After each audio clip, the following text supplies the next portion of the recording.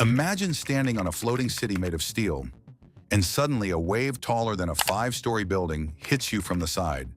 Everything tilts, containers shift, the ocean is screaming, and yet the ship doesn't flip. It should. By all logic, it should sink right there.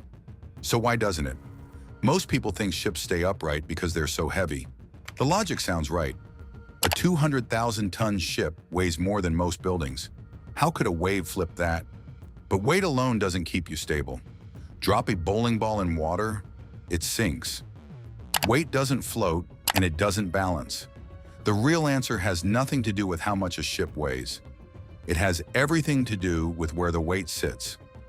The real game is happening below the waterline. Two forces are constantly fighting, gravity pulling the ship down and buoyancy pushing it up. But here's the key. These two forces don't act from the same point. When a ship tilts, the buoyancy force shifts position. If engineers set things up correctly, that shift actually pushes the ship back upright. No crew, no motors, just physics keeping a 200,000-ton ship alive. Sounds simple, but this is exactly why ships don't flip.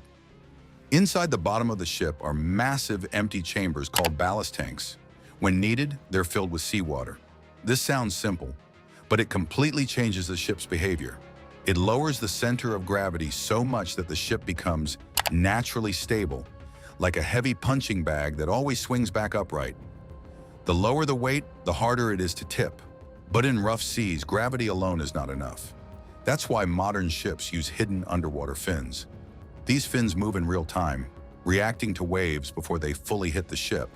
They generate force in the opposite direction, canceling the tilt. So even in the middle of a storm, the movement inside feels surprisingly calm. But there is one thing engineers fear most: shifting cargo. If containers or heavy loads move to one side, the center of gravity shifts with them. Now the balance is off. The buoyancy force is no longer correcting the tilt, it starts making it worse.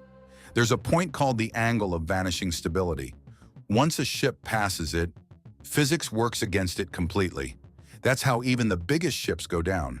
So the next time you see a massive ship in the ocean, remember this: it's not just floating. It's constantly balancing between forces you can't see, using pure engineering to survive the impossible. And if you think that's impressive, wait until you see how a ship's anchor can stop it from drifting in a storm. That one's next.